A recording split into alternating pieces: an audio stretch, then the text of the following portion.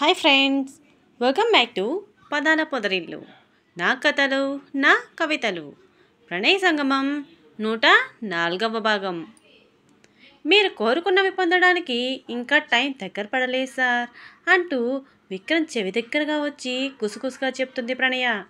కానీ విక్రమ్ మాత్రం అంది వచ్చిన అవకాశాన్ని ఏమాత్రం వదులుకోకుండా గుసగుసలాడుతున్న ప్రణయ్ని ఇంచు కూడా గ్యాప్ లేకుండా గాలి సైతం దూరడానికి సందు వెతుక్కునేట్టుగా గాఢమైన బిగి కౌగులలో ప్రణయ్ని బంధించి ఇంటేస్టెడ్ చూపుతో ప్రణయ్ ఆదరాల్ని అందుకోబోతాడు.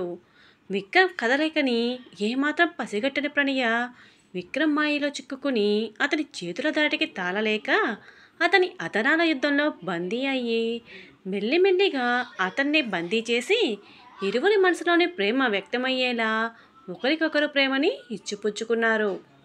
ఇంతలో హాల్లోకి ఎవరో వచ్చినట్టు అనిపించడంతో తమని ఇలా చూస్తే కొంపలు అంటుకుపోతాయి అనుకుంటూ అతి కష్టం మీద విక్రమ్ ముద్దులోని మధురిమకి నెమ్మదిగా దూరం అవుతూ ప్లీజ్ ఎవరో ఇటుగా వస్తున్నారంటూ ఆయాసంగా చెప్తుంది ప్రణయ.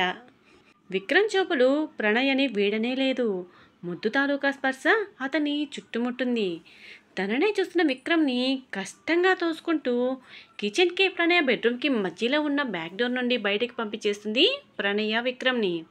విక్రమ్ కిచెన్లో నుండి హాల్లోకి కనుక వెళితే అక్కడ ఉన్న వాళ్ళకి డౌట్ వస్తుందనే ఉద్దేశంతో ప్రణయ ఇలా చేసింది. విక్రమ్ ఏమీ తెలియని వాడికి మళ్ళీ మొక్కల వైపుకు వెళ్ళిపోతాడు. అప్పుడే కాల్ రావడంతో మాట్లాడుతూ తిరుగుతున్నాడు అక్కడ. అంతకు ముందుగానే అక్కడ నుండి లోపలికి వచ్చిన శ్యామల గారు నేరుగా కిచెన్లో ఉన్న ప్రణయ్ దగ్గరికి వస్తుంది. ఇక ప్రణయ శ్యామల బయటికి రావడం, విక్రమ్ని అడగడం అంతా గుర్తుకు రావడంతో ప్రణయ్ అప్పుడు అలా ఎందుకు బిహేవ్ చేసిందో అర్థమవుతుంది విక్రమ్కి.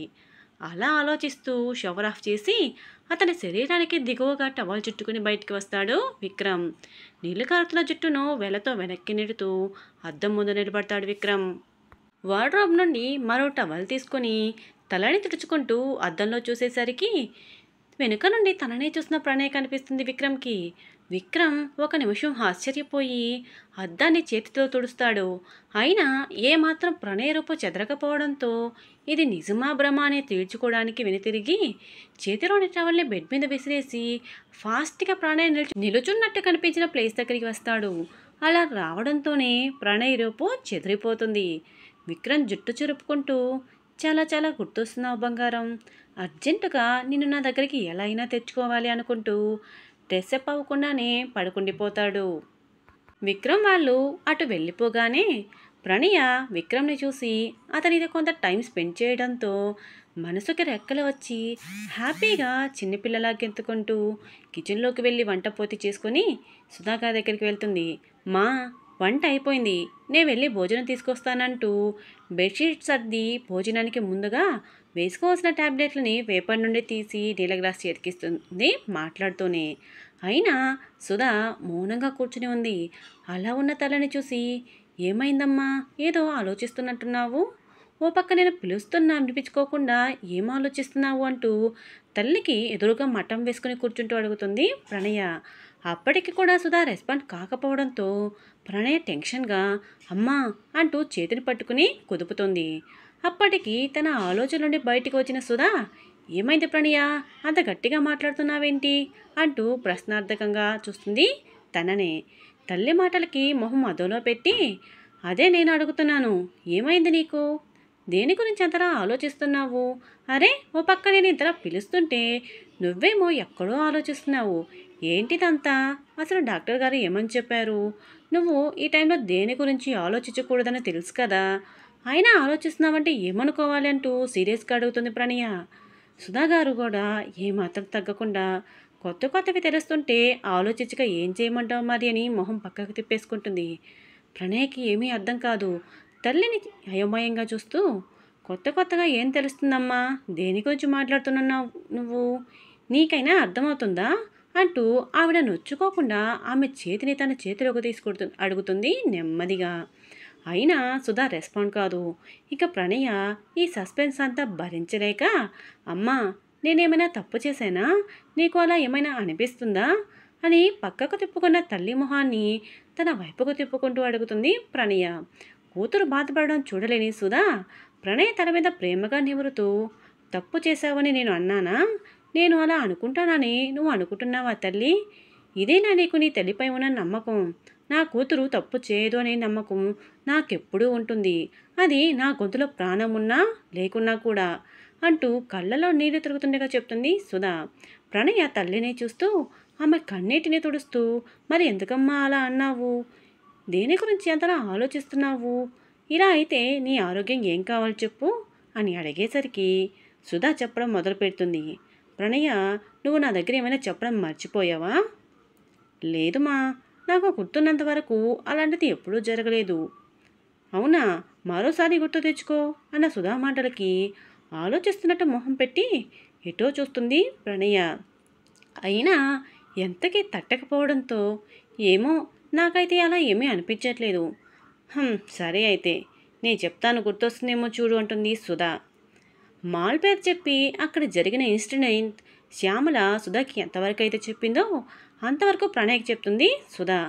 తల్లి మాటల్లో జరిగిందంతా మరోసారి గుర్తు చేసుకున్న ప్రణయ చిన్నగా నెట్టొచ్చి, అమ్మా, అది నిజంగా నాకు గుర్తులేదు. నీకు తెలుసుగా నీ దగ్గర నేను ఏమీ దాచనని. పైగా కాలేజీలో బాగా అలసిపోయి రావడంతో నీకు చెప్పడం మర్చిపోయానంతే. చెప్పకూడదని మాత్రం కాదు, అర్థం చేసుకో అంటూ చెమ్మగిల్లిన కళ్ళతో సారీ చెప్తున్నట్టు ప్రాధేయపడుతుంది ప్రణయ. కూతురి మాటలో నిజాయితీ తెలుస్తుండడంతో, ఇప్పుడు నేను ఏమన్నానని నువ్వు ఇలా ఫీల్ అయిపోతున్నావు తల్లి? నీ గురించి నాకు తెలియదా? కాకుంటే అలాంటి అల్లరిగా తిరిగే వాళ్ళతో గొడవలు మంచివి కావు ప్రణయ. అర్థం చేసుకో. మగదిక్కులేని సంసారం, అలాంటి వాటి వలన నీకేమైనా అయితే నన్ను నేను కోల్పోయినట్టే, గుర్తుపెట్టుకో అంటూ లానగా ప్రణయ గడ్డం పట్టుకుని చెప్తుంది సుధా. మగదిక్కులేని సంసారం నీకేమైనా అయితే అన్న తల్లి మాటలకి, నాకు ఏమీ కాదమ్మా, నన్ను ఎల్లవేళలా కాచుని కాపాడుకోవడానికి నా విక్రమ్ ఉన్నాడు, నాతో పాటు నిన్ను కూడా అని మనసులో అనుకుని సంతోషపడుతుంది ప్రణయ. సరే సరే అమ్మా, ఇంకెప్పుడు ఇలాంటి గొడవల్లో ఎంట రావను, నా జోలికి వస్తే ఇవి విడిచిపెట్టను అనేసి కిచెన్లోకి వెళ్ళి భోజనం ట్రే తీసుకుని వస్తుంది ప్రణయ. అప్పటికీ లేట్ అయింది, త్వరగా కానివ్వు, ఇంకా వేసుకోవాల్సిన ట్యాబ్లెట్లు ఉన్నాయి అని ప్రణయ్ తొందర చేయడంతో తప్పక తింటారు సుధా.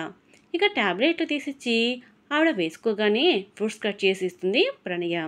నువ్వు కూడా తినొచ్చుగా ప్రణయ అన్న తల్లి మాటలకి, నేను తర్వాత తింటానమ్మని చెప్పి ఆమెకి పడుకోవడానికి వీలుగా అరేంజ్ చేసి ఆమె పడుకున్నాక వాటన్నిటిని కిచెన్లో పెట్టేసి ప్లేట్లో ఫుడ్ పెట్టుకొని తరలోకి వెళ్తుంది ప్రణయ. ప్రణయ అన్నం కలుపుతోనే ఆలోచిస్తుంది. అసలు ఈ విషయం జరిగి చాలా నెలలు అయిపోయింది, నాకే సరిగా గుర్తులేదు కూడా. ఇప్పుడు అమ్మకు ఈ విషయం ఎలా తెలిసినట్టు? ఆంటీ ఏమైనా అమ్మతో ఈ విషయం గురించి అన్నారా ఏంటి అని? ఏదైతే ఏంటి, అసలు నేను ఆ రోజు అమ్మకి జరిగిన విషయం చెప్పకుండా తప్పు చేశాను. అది కావాలని కాదనుకో, కానీ అమ్మకి వేరే వాళ్ళ వల్ల విషయం తెలియడంతో అమ్మ నేను చెప్పలేదని ఫీల్ అయ్యింది. నేను చెప్పక తప్పు చేశానేమోనని బాధపడుతున్నాను. ఇక మీదట ఎలాంటి విషయమైనా అమ్మ దగ్గర దాచకూడదు అనుకుంటూ తినడం ముగించుకుని కాసేపు పాడుకుంటుంది ప్రణయ. Thank your lovely comment buddies. ప్రణయ సంగమం కొనసాగుతుంది. ఇదండి ఈరోజు కథ. ఎలా ఉంది? మీకు నచ్చిందా? ఈ కథ మీకు నచ్చినట్టయితే వీడియోని లైక్ చేసి ఈ కథ మీద మీ అభిప్రాయాన్ని చిన్న కామెంట్ రూపంలో తెలియజేయండి. అలాగే మన పదాల పోదరేట్ల ఛానల్ని ఇంకా సబ్స్క్రైబ్ చేసుకున్నటువంటి వాళ్ళు వెంటనే సబ్స్క్రైబ్ చేసుకొని మీ ఫ్రెండ్స్కి షేర్ చేయండి. సరికొత్త మలుపులతో, మనసు దోచే భావాలతో మరొక ఎపిసోడ్లో మళ్ళీ కలుసుకుందాం.